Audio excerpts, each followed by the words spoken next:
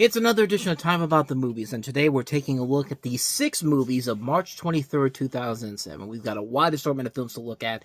A new Ninja Turtles movie, a new movie starring Mark Wahlberg, directed by Antoine Fuqua. We have the sequel to The Hills Have Eyes, the remake from last year. We have a inspirational sports movie starring Terrence Howard and Bernie Mac, an inspirational movie starring Adam Sandler and Don Cheadle. We also have a family adventure film starring Dwight Schrute from The Office. So we got a lot of movies to get to here. I'm already wasting so much of your time right now. Let's just go ahead and jump on into it. We'll start off with the biggest new release of the weekend, which is TMNT. Third, it's time for a new breed of hero to be heard. Anyone for dessert? Turn it on. I say we kick butt. Crank it up. That's what I'm talking about. Shell it out. Did anyone see that thing that hit us last night? Only in theaters. TMNT. It looked like your mom, dude. That would make her your mom, too. Doofus. Rated PG. Only in theaters March 23rd. Ah, yes, the movie that was made for every Ninja Turtles fan who grew up with the show back in the 80s and 90s. Here's the new movie for you. Now sit back and let us spend 15 minutes giving you the origin stories of all these turtles and what they're doing now, because that's just one of the many problems that this movie has right from the get-go. But in this movie, after having grown apart following the final defeat of their arch-enemy, the Shredder, the 4 Turtles, Leonardo, Raphael, Donatello, and Michelangelo, are set to reunite and overcome their faults to save the world from evil ancient creatures. Which, I mean, this movie really is one of those movies where it's just like, it's not a bad movie at all, but man, there's a lot of stuff in here that really just ruins the ebb and flow of the movie. Like I said at the beginning, the first 15 minutes is literally nothing but them just getting you acquainted with these characters again, like we're meeting them for the first time ever. I mean, it's supposed to take place after the events of what's supposed to be the last defeat of the Shredder, even though they teased that he's still alive at the end of the movie, which they were teasing for a sequel, but of course that never happened because the film didn't do so well. I mean, like I said, it wasn't a flop by any means necessary, or was a bad movie per se, but it just didn't live up to the expectations that I think a lot of people really had set up for it. I mean, didn't even make $100 million back, but it was such a small budget movie compared to most CG animated movies. It also helped that this was also a Weinstein Company release as well, along with Warner Brothers, so you could honestly say that this is probably the best Weinstein Company animated film they did, but I digress. But, yeah, the biggest problems with the movie is that they spend way too much time setting up these characters like they're supposed to be brand new to this audience, even though this movie is clearly supposed to be taking place after the events of some big event that happens, so people should already be acquainted with who everybody is in this movie. Plus, the reasons for them getting back together really doesn't make a whole lot of sense per se. The big threat in this movie is not that intimidating whatsoever. It just leads to kind of a boring climax at the end, where they have to get all these creatures together to, like, save the world and all that, and it just doesn't work overall. I mean, and also, like I said before, there's way too much deep thoughts and storylines going on in this movie that just really, really kind of ruins the ebb and flow in here. Everyone in this is way too serious. Everyone in here is just way too, you know, they're not as funny as they should be. None of these characters are as funny as they should be. Like, everybody's taking it way too seriously, but I mean, they've got good voice actors to do these voices. You got James Arnold Taylor, who of course is known for his work on Star Wars, Nolan North, a great voice actor, Mitchell Whitfield, Mikey Kelly. You know, they have some good names attached to this movie. I mean, they do a pretty good job of playing these roles very well here, but yeah, the few funny moments that were in that trailer there, that's the few funny moments that was in this movie. I mean, there's not a whole lot of really funny moments in this film in particular, but in addition to them, you've got this star-studded ensemble supporting cast, including Sarah Michelle Gellar as April O'Neil, Chris Evans starring as why can't I remember his name now? Casey Jones. I should have known that, but Mako, who plays Splinter, who, truth be told, is probably the best thing about the movie in general. He does a very good Splinter in this. Patrick Stewart, Ziyi Zhang, Kevin Smith, the narration by Lawrence Fishburne. I mean, I'm very conflicted on this movie. And like I said, I don't hate it, but I don't really like it either. And thankfully, we did get a much superior animated movie that came out not but 16 years later with Ninja Yeah, 16 years later, 2000, that came out in 2023. This is 2007 with Mutant Mayhem. And if I'm going to choose one or the other, Mutant Mayhem's going to win easily. I would rather watch the live-action Ninja Turtles movie. And I like the live-action Ninja Turtles movies more than most people do. But bottom line, it was good that Nickelodeon came in and brought the franchise back, because everything they've done since they got it really has helped. It really has helped boost the Ninja Turtles back into relevancy. Some really good TV shows that have come in the process. They had that great one in 2012. They had the Tales of Teenage Mutant Ninja Turtles, and of course we just had Mutant Mayhem. And I haven't seen the new series, but I mean, considering that I've liked what they've done so far with it, I got to get around to watching it at some point. But this one, I think, took itself way too seriously. It's not that it's a bad movie per se, just way too much is going on in here. It doesn't know if it wants to be a movie for the Turtles fans or just wants to be an origin story for the people that are just coming into it. It can't decide on which direction it wants to go with.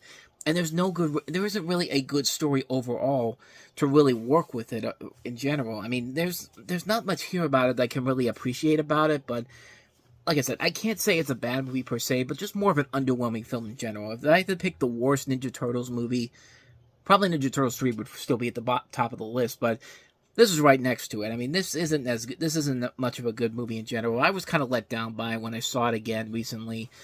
Yeah, it's not as good as it should have been, but it should have been so much better.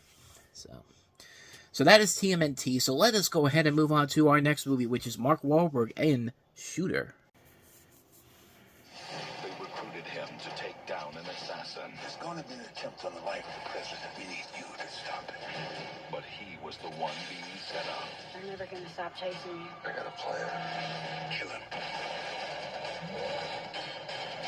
I didn't start it, but I mean to see it through. What are you gonna do? Exercise like right to barrel and Shooter. Looks like you're all set for pretty much anything. I couldn't agree more. Rated R. Starts Friday, March 16th.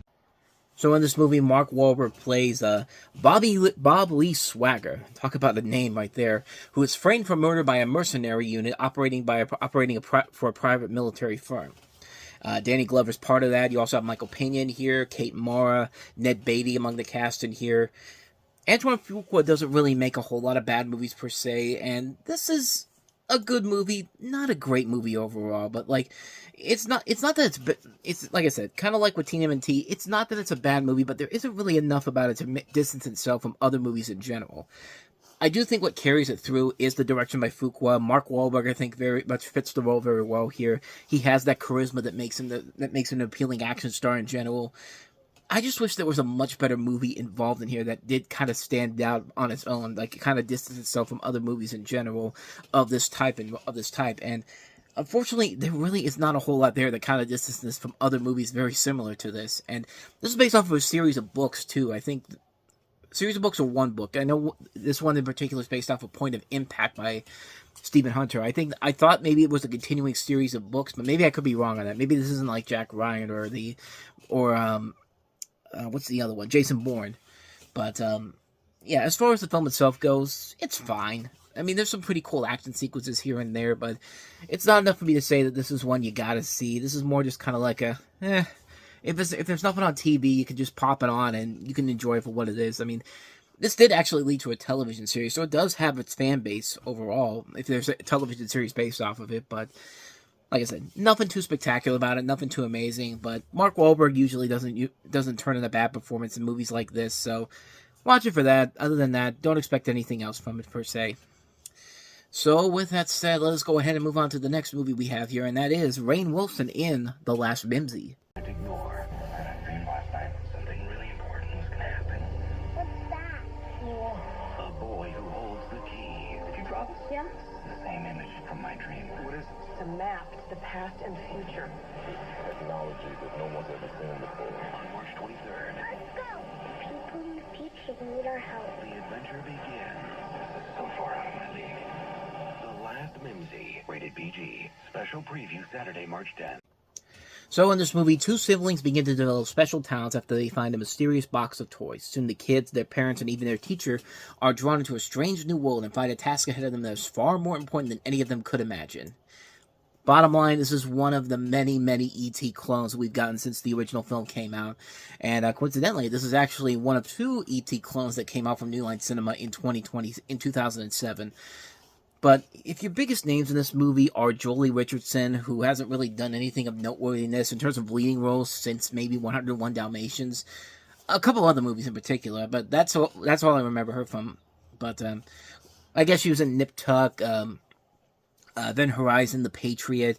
But Timothy Hutton, I mean, he hasn't really done any big leading roles since he won that Oscar in the 80s. Catherine Hahn, who was still kind of seen as kind of a character actress back with her work in Crossing Jordan and in the Anchorman movies. Michael Clark Duncan, Rainn Wilson. Like, if those are your biggest names in the movie, probably not a good sign going forward for this film in general. But I don't know about this one. I mean, kind of like with TMNT, it's just like, I can't really say it's a bad movie per se, but there's just no purpose for it to existing, honestly. I mean, TMNT kind of existed because Ninja Turtles is a name and people will go to see it just for that, but the story didn't work well here. I don't even know what the story is in this movie that makes it so magical and mystical. It's also, for some reason, the only other film that Robert Shea, who ran New Line Cinema, directed, because of course he did The Book of Love back in 1990, and then he did this, which really doesn't make a whole lot of sense in general, but there you go. I mean, that's a little bit of history for you, that the founder of New Line Cinema directed this, and quite frankly, I don't know why. I mean, nothing about this movie makes any sense whatsoever of why it exists. I mean, what am I supposed to take away from this film in general? Maybe if there was something magical happening that actually looked kind of cool in general, but no, there's just nothing in there that makes it worth it in the end. It's just kind of like, why am I even here? Why am I even sitting through this movie? There's just nothing there that makes it worth it in the long run. So, yeah, bottom line, I didn't like it. I didn't like it one bit. But then again, I could also say the same thing about our next movie, which is The Hills Have Eyes 2. That the disturbing images of The Hills Have Eyes went too far. But on March 23rd, prepare to go even further. The Hills Have Eyes 2, rated R. Well, obviously, we need more blood and gore because, hey, it worked great for Texas Chainsaw Massacre at the beginning. Wait, no, it didn't. And yeah, way to take the pretty awesome teaser trailer and just butcher it with that terrible narration there. So this is the sequel, of course, to the 2006 movie, which is not directed by Alexandre Aja, but this film follows several New Mexico Army National Guard comrades as they fight to survive against the mutant people living in a military base in the New Mexico desert. And like I said before, it's nothing but the original film, except much bloodier, much gorier, and much stupider than the first movie was. At least the first movie had legitimately good scares in it. This does not. This is the definition of a bad horror sequel that is literally just upping the violence, upping the ante, and just doing nothing of value whatsoever in the long run. It's a film that is so devoid of anything good story-wise and for anything of noteworthiness to it that they made it because the first movie was a surprise success, so cash in as quickly as you can with a cheap sequel, and this is exactly what this is. A pretty lame cheap sequel, which is shockingly written by Wes Craven, who I really think deserves a lot. But then again, I say deserves a lot better, but he was also writing stuff like Curse at the same time this was coming out, so why should I even bother to think that this was going to change anything after watching something like that? But not much more to say about this one per se. I think most people agree that this movie sucks. Even if you didn't like the original, even if you like the original film, the remake per se, it sucks. It just sucks completely. So, how about we get to some good stuff again? Here's Adam Sandler and Don Cheadle in Reign Over Me. Going through something very profound. This Friday, He lost his family in 9/11. one man's journey back I don't play guitar. You pull people's teeth all day. It don't matter. will inspire you to live every day Are you in bed already? I'm always in bed at 10:30. That sucks. like it's the best day of your life. I was stuck in Johnny World. I couldn't leave.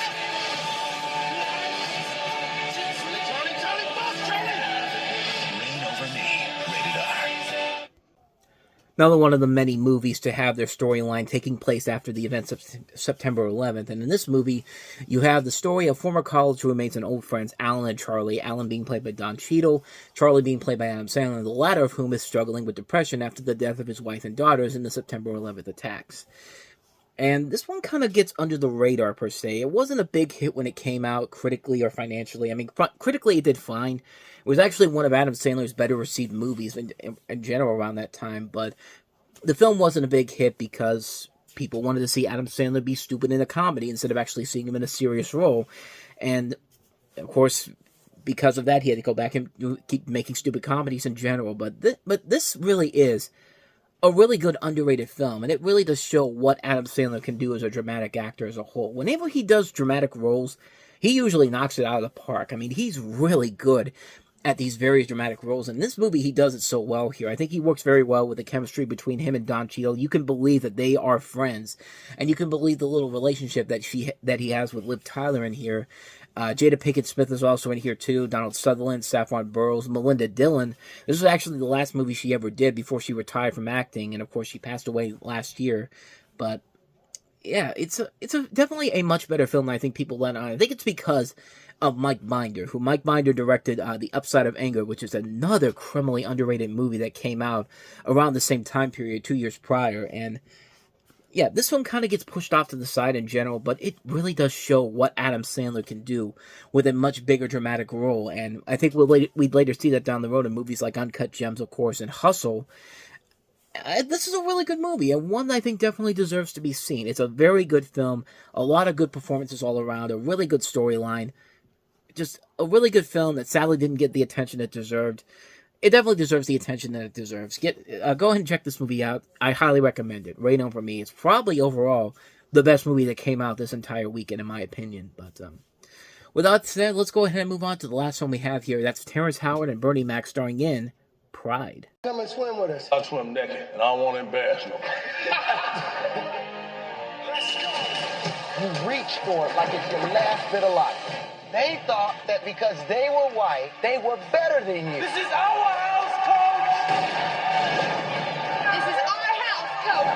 This is our house, coach. This is our house! On your mark. Academy Award nominee Terrence Howard, Bernie Mac, Pride. Rated PG in theaters March 23rd. My God, this was one of the most generic sports movies you'll ever see, if you even want to call it that per se. But in this movie, you have the story centering around Jim Ellis, who is a Philadelphia swim coach, and a grouchy but caring janitor, Elston, played by Bernie Mac. And the two have a short-lived rivalry before becoming good friends.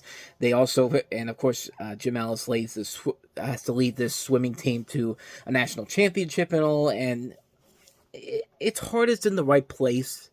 The casting overall is really good. There's also Kimberly Elise, Tom Arnold in a very rare dramatic role where he actually isn't too bad in here per se, but it's just everything else about the movie is just so by the numbers underdog sports story that it just really gets boring right from the get-go, and it just never really lives up to what you would expect a movie like this to do with if they're trying to take it to the next level. If you're trying to do something on the line of Remember the Titans or something like that. But no, this falls into the category of the most generic sports movie you can think of, wasting two pretty solid performances by Terrence Howard and especially Bernie Mac. I talked about it not too long ago with somebody about, when we got the news that Netflix was carrying the Bernie Mac show, and it just made me realize, man, Bernie Mac, if he had been around, if he didn't die in 2008, it would have been really cool to see what would have happened if he had gotten more dramatic roles, because I feel like he could have been a really great dramatic actor, and this movie has one of those examples where I think that definitely shows,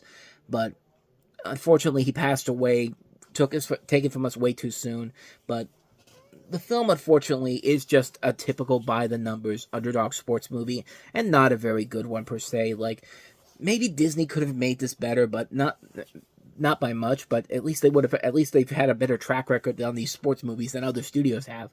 But yeah, this one just doesn't work in general. I was kind of let down by it when I saw it, because I really wanted to see Bernie Mac in a more dramatic role, and it just didn't work. So yeah, that's a hard skip on Pride. Just avoid it. And so, with all of that said, we're going to wrap up another edition of Time About the Movies. Now, the next time we meet, we'll wrap up the month of March with 3 movies, including Will Ferrell and John Heder in the ice-skating comedy Blades of Glory, Disney's first movie under the new regime of John Lasseter with Meet the Robinsons, and we also have Joseph Gordon-Levitt and Isla Fisher in a criminally underrated film, The Lookout. So we'll take a look at those 3 movies. That'll be coming up on tomorrow's show. But until then, thank you so much for watching, and if you want to see more videos like this, please hit the playlist on the next page, check out the previous episode, and also don't forget to hit the like, subscribe, and notification button, as well as that bell, because you get updates on when new videos come out, and we post new videos here every single day. Now, with all that said, I am off. I will see you guys next time, and until then, as always, Take care.